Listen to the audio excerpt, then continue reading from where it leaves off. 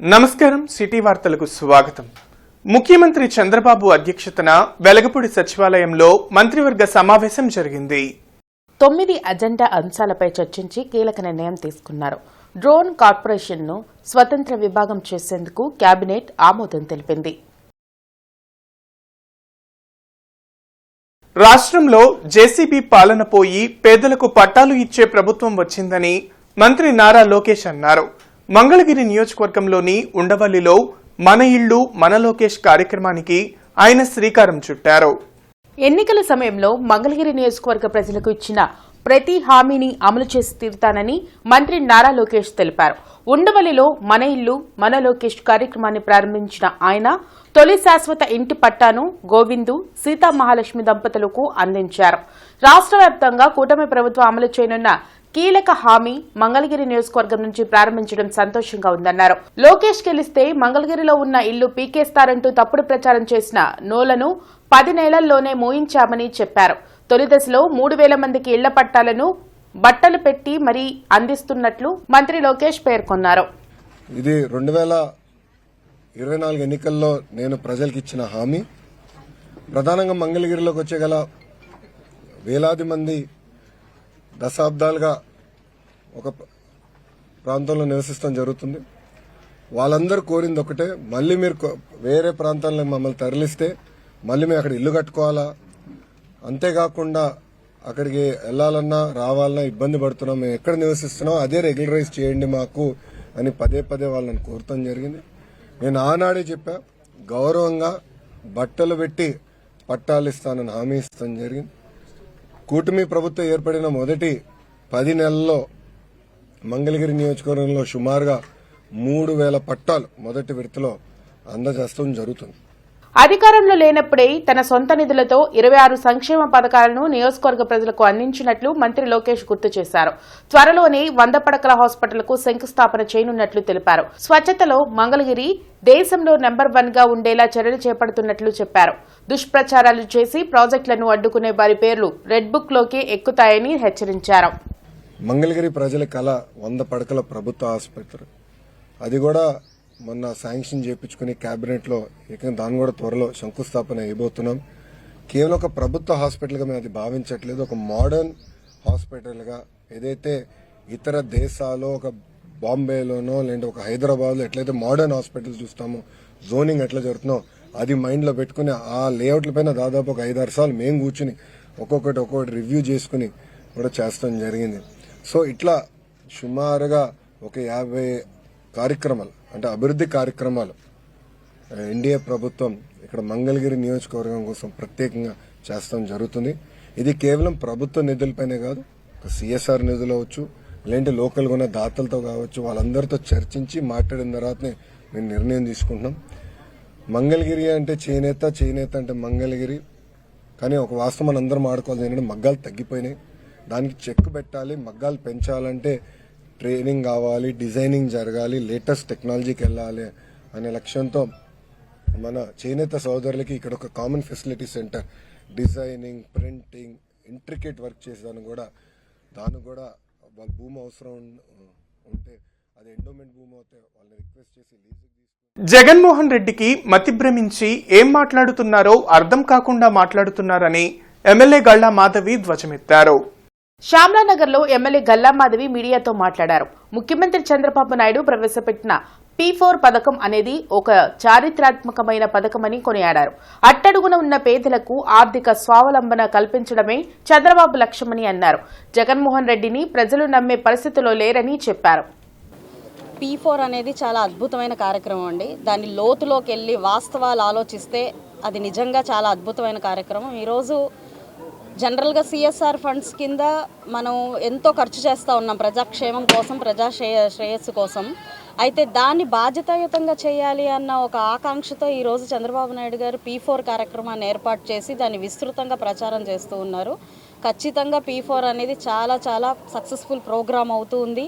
నిజంగా బాధ్యతాయుతమైన ప్రభుత్వం అంటే ఇది అని తెలియపరచడానికి P4 ఒక్కటే నిదర్శనం అండి. రానున్న రోజుల్లో మీరు తెలుసుకుంటారు ఒక ప్రభుత్వం బాధ్యత తీసుకుంటే ఎలా ఉంటుంది. పేదవాడు ధనికుడు అవ్వాలి, ప్రతి ఒక్కళ్ళకి ఆ బాధ్యత ఉంది. సమాజంలో వాళ్ళు గొప్పగా ఉన్నత శిఖరాలకు ఎదిగిన ప్రతి ఒక్కరికి ఆ బాధ్యత ఉంటుంది, వారి తోటి వారిని కూడా తీసుకురావాల్సిన బాధ్యత ఉంటుంది అని చెప్పడం అది ఏ రకంగా మభ్యపాటుకు గురవుతుందో అనేది ఒకసారి విశ్లేషించుకోవాలి.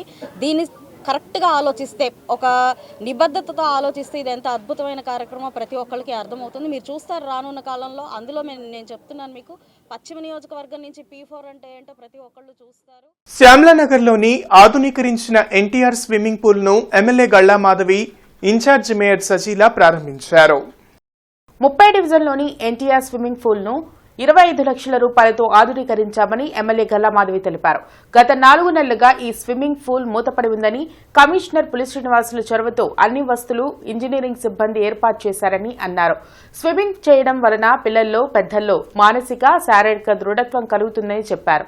ఈ కార్యక్రమంలో incharge mayor Sajila, DSR, ఈరెంటి Varaprasad, Lal Wazir తదితరులు పాల్గొన్నారు. దాదాపుగా 25 లక్షల రూపాయల వర్క్స్ చేయించిన తర్వాత ఈరోజు అంటే దాదాపు 4 నెలల తర్వాత ఇవాళ ఓపెన్ చేసుకోవడం జరిగింది. మరి రానున్నది సమ్మర్, పిల్లలకి వేసవి సెలవులు ఉంటాయి. ఎందరో స్విమ్మింగ్ నేర్చుకోవాలనే ఆకాంక్షతో ఉంటారు.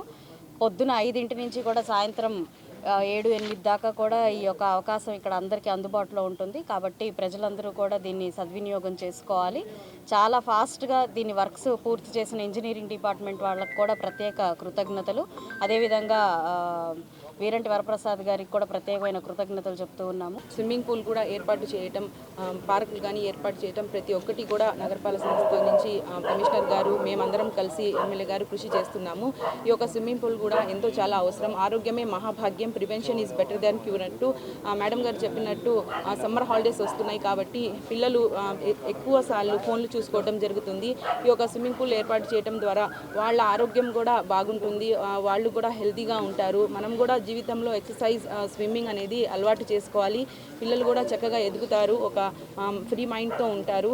వాళ్ళ కూడా ఇమ్యూనిటీ పెరుగుతుంది, ఫిట్నెస్ పెరుగుతుంది. పేరెంట్స్ కూడా అందరం కలిసి కూడా మన పిల్లల భవిష్యత్తు కోసం కూడా ఆలోచించి జన చైతన్య వేదిక ఆధ్వర్యంలో అధిక జనాభా వరమా బారమా అనే అంశంపై చర్చా గోష్ఠి జరిగింది.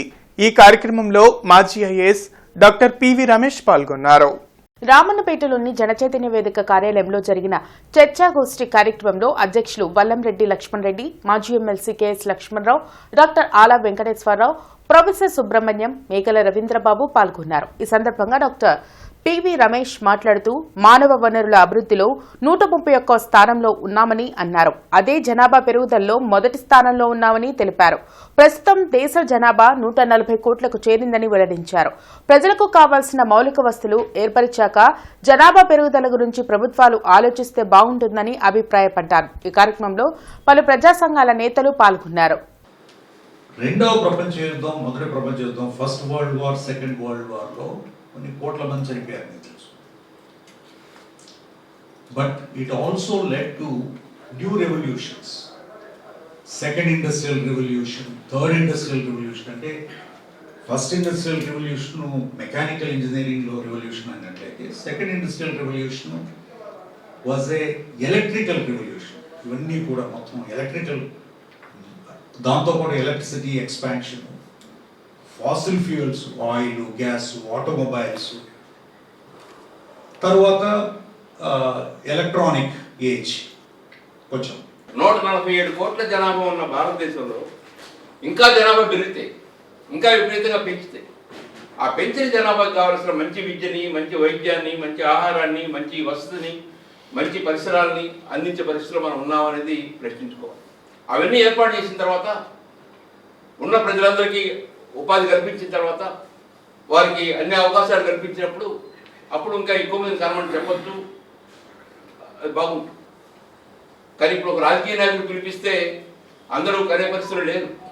వారు కూడా ఆలోచిస్తున్నారు, వాళ్ళ బిడ్డలకి మంచి విద్యను అందించాలని చూస్తున్నారు. విద్య కోసం పేదవాడు చాలా ఖర్చు పెడుతున్నాడు. ఇప్పుడున్న ప్రాథమిక పాఠశాలలో, హై స్కూల్లో చూస్తే సగానికి పైగా పేదవాడు వాళ్ళ బిడ్డల్ని గవర్నమెంట్ స్కూల్స్ కన్నా ప్రైవేట్ స్కూల్స్ కి పంపిస్తాం. సిఐడి కార్యాలయానికి పోసాని కృష్ణమురళి వచ్చారు. చంద్రబాబు, పవన్ కళ్యాణ్, లోకేష్లపై అనుచిత వ్యాఖ్యలు చేసిన కేసులు సిఐడి పోసానిపై కేసు నమోదు చేసింది. ఈ కేసులో బెయిల్ పొందిన ఆయనకు వారంలో 2 రోజులు సిఐడి కార్యాలయంలో సంతకం చేయాలని న్యాయస్థానం షరతు విధించింది. దీంతో ప్రతి సోమవారం, గురువారం సిఐడి కార్యాలయంలో పోసాని హాజరవుతున్నారు.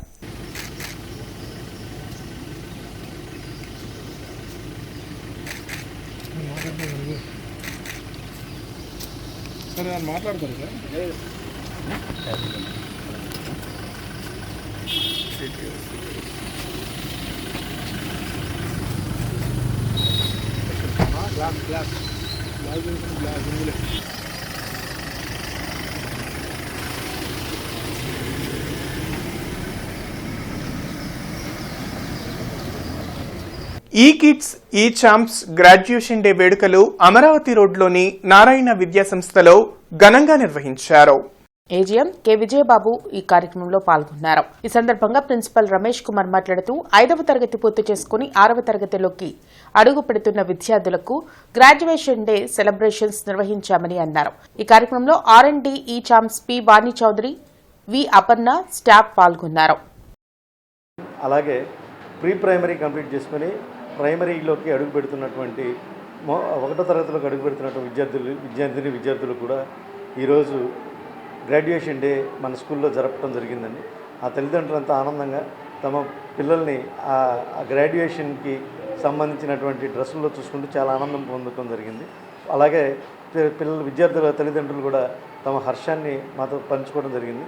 నారాయణ విద్యా సంస్థలో ఇది ప్రతి సంవత్సరం ఆనవాయితీగా graduation day celebrations academic year complete అయిపోయిన తర్వాత నెక్స్ట్ అకాడమిక్ ఇయర్కి వెళ్ళేటువంటి ప్రీ ప్రైమరీ నుంచి ప్రైమరీకి వచ్చే విద్యార్థులకు, అలాగే ప్రైమరీ కంప్లీట్ చేసుకుని హై స్కూల్కి 6వ తరగతికి వచ్చే విద్యార్థులకు ఈ గ్రాడ్యుయేషన్ డే ప్రతి సంవత్సరం ఆనవాయితీగా జరుపుకోవడం జరుగుతుంది.